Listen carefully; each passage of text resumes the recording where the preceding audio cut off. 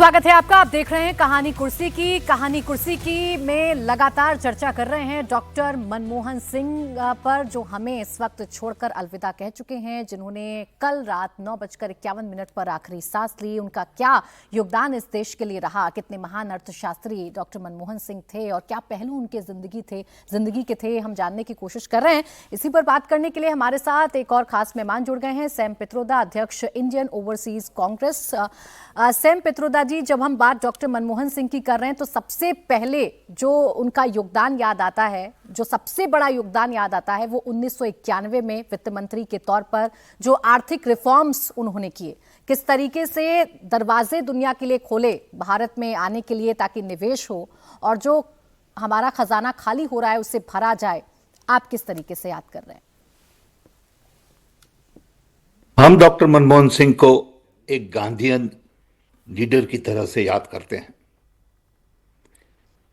A leader who had character, values, humility, leader जो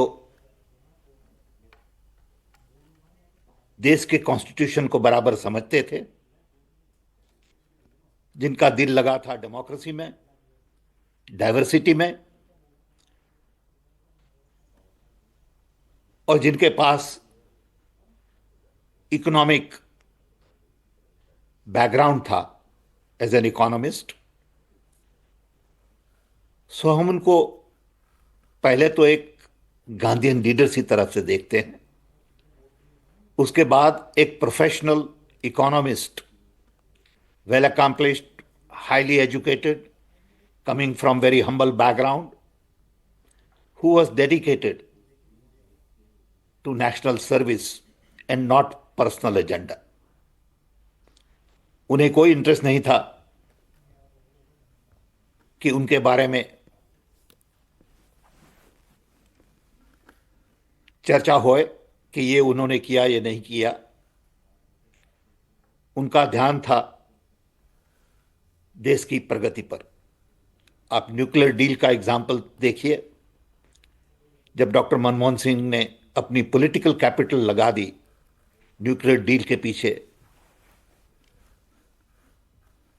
जब दूसरी पार्टियां बहुत सारा विरोध कर रही थी, उन्हें दिमाग में क्लियर दिख रहा था कि इंडिया को 10-15 साल के बाद जो इकोनॉमिक एजेंडा इंप्लीमेंट करना है, उसके लिए energy would become an important issue. Without right energy supply, it was not possible to have 8% growth. And he realized that sustainable, clean energy can only come from nuclear. And that's why he spent a lot of time on it. So I see him as a real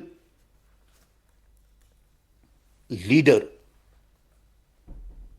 who had very clear mind and ability to develop consensus.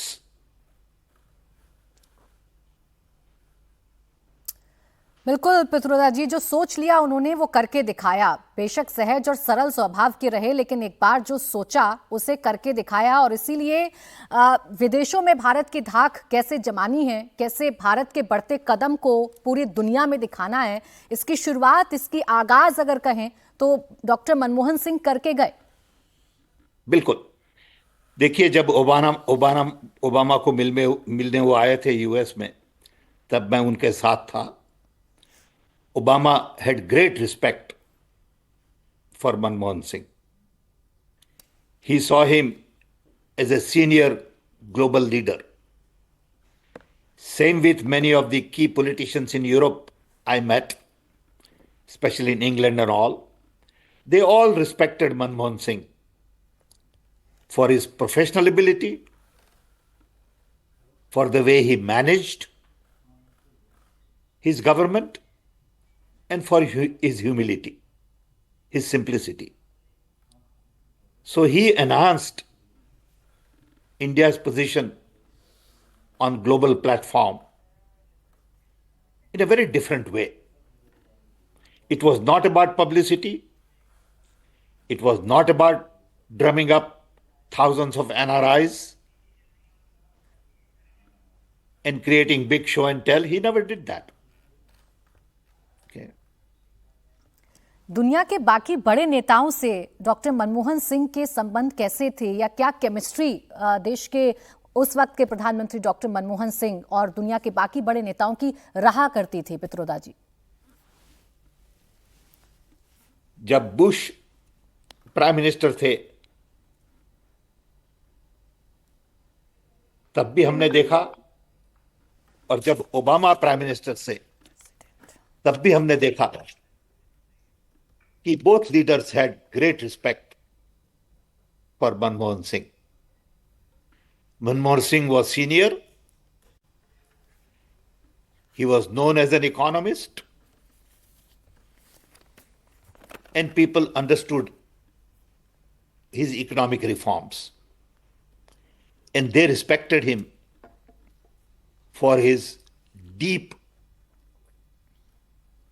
experience and education. मुझे याद है कि एक वक्त Cambridge university के vice chancellor आए थे दिल्ली में, तो हमारा उनके साथ लंच था. So I was invited to the lunch. Unfortunately I was tied up somewhere, so I was late. I was late by almost 15 minutes. And Dr. Manmohan Singh waited along with other 7-8 people. And as I entered, I said, I'm sorry, I just got tied up somewhere. And, he didn't mind that. He was okay. He said, that's all right, Sam. We are waiting for you. We didn't start yet. He was that generous in his dealings with people. I worked with him for 10 years. I've never seen him get mad. I never saw him raise his voice. I never saw him criticizing anybody individually. बिल्कुल पित्रोदा जी, और जो आप बात कह रहे हैं यही वजह है कि चाहे पक्ष हो या विपक्ष, कोई भी नेता उन्हें सम्मान की नजरों से ही देख रहा है. राजनीतिक आलोचनाएं जरूर उनकी की गई हों, लेकिन उनके प्रति जो सम्मान है आज पूरे देश में हमें देखने को मिल रहा है. शुक्रिया आपका सैम पित्रोदा जी हमारे से बात करने के लिए, हमारे साथ जुड़ने के लिए. हर्षवर्धन जी, जितने भी नेताओं से आप बात करिए या जिस भी शख्स से आज आप देश में बात करिए और डॉक्टर मनमोहन सिंह के बारे में आप बात करने की कोशिश करिए, तो एक शब्द सबसे ज्यादा या सबसे पहले सुनाई पड़ता है, वो है महान अर्थशास्त्री का. 1991 के इकोनॉमिक रिफॉर्म्स की चर्चा सबसे पहले कही जाती है कि कैसे निवेश भारत में लेकर आए, जो खाली पड़ा खजाना था वो धीरे धीरे भरने लगा, पैसा आने लगा, और आज जिस तरीके की लाइफस्टाइल हम लोग जी रहे हैं उसमें एक बड़ा योगदान उनका रहा. मैं ये कहूँगा कि आज जो आपको भारत दिख रहा है, या जिसको हम 21वीं शताब्दी का भारत कहते हैं, उसकी नींव अगर किसी ने रखी तो प्रधानमंत्री पीवी नरसिम्हा राव के वित्त मंत्री डॉक्टर मनमोहन सिंह ने रखी. और मैं बिना संकोच के ये कहूँगा कि नेहरूवादी समाजवादी नीतियों की वजह से, जो अभी सैम पित्रोदा जी ने कहा कि ग्रोथ रेट 7-8% के ऊपर गई, तो भारत ने अगर 10% की विकास की रफ्तार का मनमोहिनी सपना देखा तो डॉक्टर मनमोहन सिंह जैसा वित्त मंत्री था, जो पंजाब, जो अब पाकिस्तान में है, वहां जन्मा. दुनिया के अलग अलग जो नामचीन विश्वविद्यालय हैं, कैम्ब्रिज है, हार्वर्ड है, वहां ऑक्सफोर्ड है, वहां से वो पढ़कर आता है, डॉक्टरेट लेकर आता है.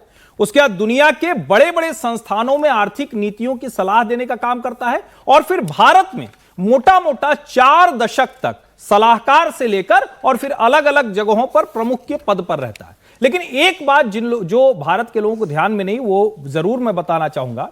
वो नरसिम्हा राव के वित्त मंत्री के तौर पर जब उन्होंने भारत को किस तरह से आर्थिक संकट से उबारने के लिए देश का द्वार खोला, जिसको हम बार बार कहते हैं कि लाल फीताशाही मुक्त, बंधन मुक्त, जिसको हम कहते हैं कि बाहर से कुछ लाना है और यहां से कुछ भेजना है, यानी आयात निर्यात की शर्तें ठीक करना, इसको ठीक करने का उन्होंने पहला ड्राफ्ट कब प्रस्तुत किया था, यह शायद देश में किसी के ध्यान में ही नहीं.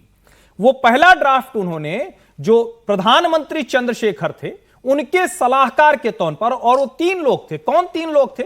वो मनमोहन सिंह जी के साथ उनके अनन्य मित्र मोंटेक सिंह अहलुवालिया, और एक और उनके मित्र डॉक्टर सुब्रमण्यम स्वामी, ये तीनों लोग चंद्रशेखर के आर्थिक सलाहकार थे। इन्होंने एक पेपर प्रेजेंट किया था, उस पेपर पर शायद उसको पास करते तो अप्रैल में ही, मार्च अप्रैल 1991 में ही देश के आर्थिक सुधारों का रास्ता खुलता। लेकिन दुर्भाग्य देखिए प्राची जी, ये भी देश को जानना चाहिए, कांग्रेस ने समर्थन वापस ले लिया। इसलिए वही जो पेपर था जिसको बाद में भारत के मिरेकुलस बजट के तौर पर लोगों ने जाना, जिसको लेकर दुनिया ने कहा कि ऐसा बजट पेश करने वाला वित्त मंत्री इतने साहस का काम कर रहा है, जहां पूरी तरह से भारत की अर्थव्यवस्था को एक्सेप्ट एग्रीकल्चर सेक्टर, पूरी अर्थव्यवस्था को खोल दिया गया। और जिसको हम आज कहते हैं ना कि अरे ये कमाल का, अभी तो नया गाड़ी का मॉडल आ गया, वरना वही एम्बेसडर और वही फिएट। हम आज करें कि अरे आज तो घर घर में पाइपलाइन से गैस पहुंच गई, वरना वही सिलेंडर के लिए सांसद की पर्ची पर जाने के लिए, स्कूटर खरीदने के लिए किसी से करना, टेलीफोन के लिए किसी से सिफारिश लगवाना। और हमको तो अपने घर में टेलीफोन का याद है कि क्या मारामारी हुई थी जब बीएसएनएल से इलाहाबाद में हमको अपने घर में टेलीफोन लगवाना पड़ा था। ये मनमोहन सिंह थे और पीवी नरसिम्हा राव जैसा प्रधानमंत्री था। एक हिस्सा इसका जरूर यह है कि जो वित्त मंत्री के तौर पर जो कमाल का काम किया, उसको अटल बिहारी वाजपेयी ने वही पूरा, जिसको कहते हैं कॉपी पेस्ट किया, आगे बढ़ाया। नरेंद्र मोदी उसको और आगे ले जाते हैं। लेकिन शायद 4 से 14 का जो कार्यकाल रहा, उसमें प्रधानमंत्री के तौर पर वो वित्त मंत्री वाला हिस्सा थोड़ा सा तो कमजोर रहा। अगर वो शायद रहता तो शायद हम जिस 10% के ग्रोथ की बात कर रहे हैं, जिसको आज भी कहा जा रहा है 7-8 पर अटके हुए, हम वहां पहुंचे होते। जब वित्त मंत्री के तौर पर उनका कार्यकाल और प्रधानमंत्री के तौर पर उनका कार्यकाल, जब इसका कंपैरिजन हम करते हैं, तो बेशक वित्त मंत्रालय के तौर पर या आर्थिक तौर पर हमें बहुत सारे रिफॉर्म्स नजर ना आए विजय जी, लेकिन सूचना का अधिकार देना, रोजगार गारंटी देना, अमेरिका से न्यूक्लियर डील होना, पहचान के लिए आधार कार्ड, शिक्षा का अधिकार, लाभार्थियों के लिए बैंक खातों में सीधा ट्रांसफर, डीबीटी का जो काम, बिल्कुल डीबीटी का काम, ये सब कुछ याद आता है कि बेशक आलोचनाएं हुई, दबाव उन पर रहा, बहुत सारी बातें कही गई उनके बारे में, लेकिन जो काम उन्होंने करने थे वो उन्होंने किए और आज तक सरकारें आगे बढ़ा रही हैं उन कामों को। देखिए, 2 अलग अलग वक्त थे, 90s का वक्त और 2004 में जब प्रधानमंत्री बने, वो दोनों में बहुत फ़र्क है। 2004 से पहले 1991 जो था, जिसका फिर से वही जिक्र होगा कि आर्थिक संकट का दौर था, और वो उस समय दूसरे काम करने थे, जो पूरा का पूरा इकोनॉमिक जो रेवोल्यूशन जिसे हम कह सकते हैं वो किया गया। उस समय एक शब्द बहुत पॉपुलर हुआ था, एलपीजी। आजकल भी एलपीजी बहुत चलता है, लेकिन उस समय मनमोहन सिंह के वक्त में एलपीजी शब्द चला गया, जिसका मतलब था लिबरलाइजेशन, प्राइवेटाइजेशन एंड ग्लोबलाइजेशन। वो प्राइम मिनिस्टर वित्त मंत्री मनमोहन सिंह की एलपीजी स्कीम कही जाती थी उस वक्त। तो उस एलपीजी ने पूरे हिंदुस्तान की अर्थव्यवस्था को बदल दिया, और उसमें नरसिम्हा राव के योगदान को भी ध्यान रखना चाहिए कि उन्होंने उनको फ्री हैंड दिया और जो काम करना था उस पर काम किया। और वो बदलाव आज की तारीख में हमको थोड़ा सा आसान लगते होंगे, वो हिंदुस्तान हमने देखा नहीं है। जो नेहरूवियन, मतलब मैं उसकी आलोचना नहीं कर रहा, लेकिन नेहरूवियन जो इकोनॉमिक पॉलिसी थी, उसमें बंद दरवाजे, पूरी तरह से कंट्रोल, सरकार का नियंत्रण, जो हमारे PSUs का काम, वो तमाम ऐसी चीज़ें थी जहाँ सरकारी अफसर और कुछ जो बड़े उद्योगपति थे वो उन दरवाजों को खोलने ही नहीं देना चाहते थे, और वो सब मिलकर उस अर्थव्यवस्था को ऐसी जगह पर ले आए थे कि जहाँ पर आपको चीनी लेने के लिए इंतज़ार करना पड़े, राशन लेने के लिए इंतज़ार करना पड़े, टेलीफोन के लिए बरसों इंतज़ार करना पड़े, गैस के लिए बरसों लंबी लाइन लगानी पड़े। तो वो सबको तोड़ना बहुत मुश्किल काम था। तो वो काम वित्त मंत्री के तौर पर उन्होंने किया, और नरसिम्हा राव के भी कंट्रीब्यूशन को उसमें याद रखना चाहिए, क्योंकि वो उनके प्राइम मिनिस्टर थे।